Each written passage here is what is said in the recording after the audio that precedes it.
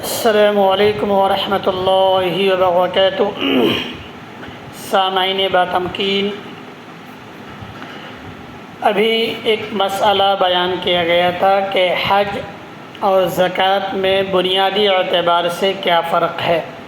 اور امید کرتا ہوں کہ وہ باتیں اچھی طرح سمجھ میں آ گئی ہوگی۔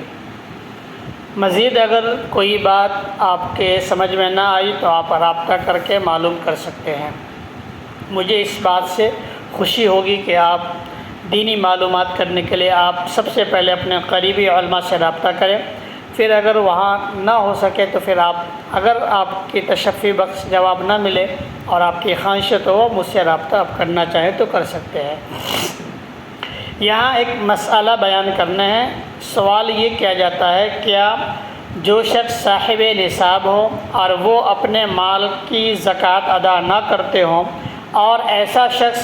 حج کی سفر کی تیاری کرتے ہیں تو کیا اس کی طرف سے حج ادا ہوگا یا نہیں؟ یعنی جو شخص زکوٰۃ ادا نہ کرے تو اس کا حج کرنا کیسا ہے؟ تو اس مسئلے کا جواباً عرض یہ ہے کہ ایک بنیادی قاعدہ ہے کہ اگر کوئی شخص ایک فرض کو چھوڑ دے اور دوسرے فرائض کو ادا کرے تو پہلے فرض کی چھوڑنے کی وجہ سے یہ لازم نہیں آتا کہ جس فرض کو اس نے ادا کیا ہے تو وہ بھی اس کی ادا نہ ہو۔ مثلاً اگر کسی نے فجر کی نماز ادا نہیں کی، فجر کی نماز نہیں پڑھی اور پھر وہ ظہر کی نماز پڑھنے جا رہا ہے، تو ایسا نہیں ہے کہ اس نے جو ظہر کی نماز ادا کی ہے تو فجر کی نماز ادا نہ کرنے کی بنا پہ ظہر کی نماز ادا نہیں ہوگی، ایسا نہیں ہے، بلکہ جو فرض اس نے ادا کی ہے اس کی فرضیت اس کی طرف سے ساقط ہو جاتی ہے، اور جو فرض اس نے چھوڑ دی ہے، ترک کر دی ہے، اس کی ترک کرنے کی بنا پر اس کا گناہ یا اس کا عذاب اس پہ برقرار ہوتا ہے جب تک کہ اس کو ادا نہ کر لے، اپنے ذمے سے اس کو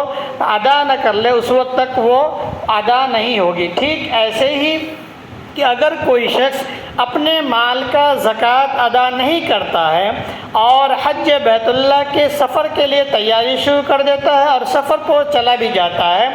تو اس بنا پہ ایسا نہیں کہ زکوٰۃ کے ادا نہ کرنے کی وجہ سے یا اس رقم سے جس رقم کی زکوٰۃ ادا نہ کی گئی ہو اس رقم سے اگر حج کیا جا رہا تو حج قبول نہیں ہوگی یا حج کی ادائیگی مکمل نہیں ہوگی، ایسا نہیں ہے، بلکہ حج کرنا جائز بھی ہے اور اس کی طرف سے وہ حج ادا بھی ہو جائے گا۔ اگر تمام شرائط کی پابندی کے ساتھ اس نے حج کیا ہوگا تو انشاءاللہ اس کا حج مقبول اور مبرور بھی ہوگا۔ ہاں، لیکن جس فرض کو ترک کیا ہے یا جس فرض میں اس نے تاخیر کی ہے یعنی زکوٰۃ کی ادائیگی میں، تو اس کا گناہ ان پہ برقرار رہے گا، لازم باقی رہے گا۔ ان ایسے شخص کو چاہیے کہ وہ جلد از جلد زکوٰۃ کی ادائیگی کا انتظام کرے، اور اس کا آسان طریقہ یہ ہے کہ جس روپیہ پیسہ سے زکوٰۃ نہیں نکالی گئی ہو اگر اس سے حج کیا جائے تو حج جائز تو ہو جائے گا، مگر زکوٰۃ کی تاخیر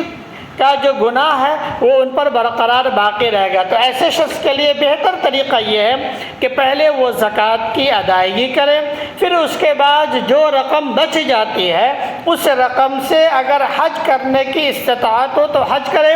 اور اگر استطاعت نہ ہو، کچھ پیسے کمی محسوس ہو رہی ہے تو پھر وہ کسی سے قرض لے لے، لیکن قرض لینے کی بھی شکلیں اور شرط یہ ہے کہ قرض کی ادائیگی کا اس کے پاس کوئی سرمایہ موجود ہو، اتنی مقدار میں کوئی سرمایہ موجود ہو کہ کسی وجہ سے وہ واپسی میں تاخیر ہو جائے یا واپسی نہ ہو سکے یا واپس آنے کے پاس نقد رقم نہ بچے، تو ان کے پاس کوئی ایسا سرمایہ ہو جس سرمایہ کو قرض دار کو دے کر اپنی طرف سے قرض کی ادائیگی کی صورت پیدا کر لے، تو پھر ایسا شخص قرض لے کر پھر اپنے طرف سے وہ حج کی ادائیگی کرے، اور زکوٰۃ پہلے ادا کر دے۔ لیکن اگر قرض لینے میں یہ اندیشہ ہو کہ میں واپس آؤں یا نہ آؤں، یا آنے کے بعد بھی میرے پاس اتنا کچھ سرمایہ، دکان مکان یا جائیداد نہیں ہے جس سے میں اپنے قرض کی ادائیگی کروں، تو پھر ایسے شخص کے اوپر حج فرض ہوا ہی نہیں ہے۔ پھر ایسا شخص حج کی تیاری نہ کرے، حج کو نہ جائے۔ تو کل ملا کے بات یہ ہوئی کہ جس رقم سے اگر زکوٰۃ ادا نہ کی گئی ہو، اس رقم سے اگر حج کرتا ہے تو حج کرنا اس کا درست ہے، جائز ہے، اور حج اگر شرائط کے پابندی کے ساتھ کی جائے گی تو انشاءاللہ مقبول و مبرور بھی ہوگی۔ لیکن زکوٰۃ کی ادائیگی میں جو تاخیر ہو رہی ہے، اس تاخیر کی بنا پر وہ گنہگار ہوگا۔ ایسے شخص کے لیے بہتر طریقہ یہ ہے کہ پہلے وہ زکوٰۃ کی ادائیگی کرے، جو رقم ان کے اوپر زکوٰۃ کی آتی ہے اس کو مکمل کریں، پھر اس کے بعد اگر رقم اس مقدار میں ہے کہ وہ حج کر سکتا ہے تو وہ حج کو جائے، اور اگر حج نہیں کر سکتا ہے تو اس کی دوسری شکل پھر یہ ہے کہ وہ قرض لے، اور قرض لینے سے پہلے کچھ سرمایہ اپنے پیچھے چھوڑ جائے اور اس کی وصیت کر جائے کہ اگر میں واپس لوٹا تو میں خود اس کی ادائیگی کروں گا، اگر میں واپس نہ لوٹا تو پہلے میرے جائیداد سے، میرے مال سے، میرے وراثت سے قرض کو ادا کی جائے، پھر اس کے بعد سے ورثہ میں تقسیم کی جائے۔ یہ زیادہ بہتر ہے۔ اس ارادے سے قرض نہ لے کہ میرے پیچھے میری اولاد ہے جو اس کو ادا کرے گی۔ اگر اولاد ادا کر دیتی ہے اس قرض کو تو بہت بڑھیا، یہ افضل طریقہ، بہتر طریقہ۔ لیکن اگر اولاد انکار کر دے قرض کی ادائیگی سے تو اس صورت میں کوئی بھی اولاد اس سے قصوروار نہیں ہوگا، چونکہ اولاد کے ذمے جو لازم ہے وہ ماں باپ کی اطاعت اور فرما برداری لازم ہے۔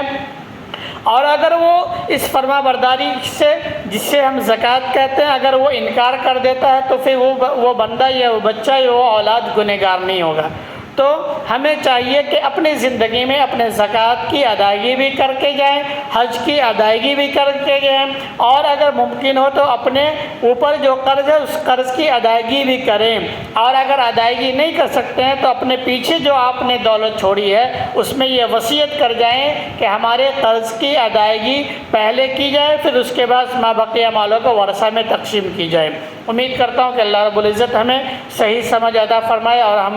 ہمارے ذہنوں میں یہ مسئلہ سمجھ میں آ گیا ہوگا۔ السلام علیکم ورحمۃ اللہ۔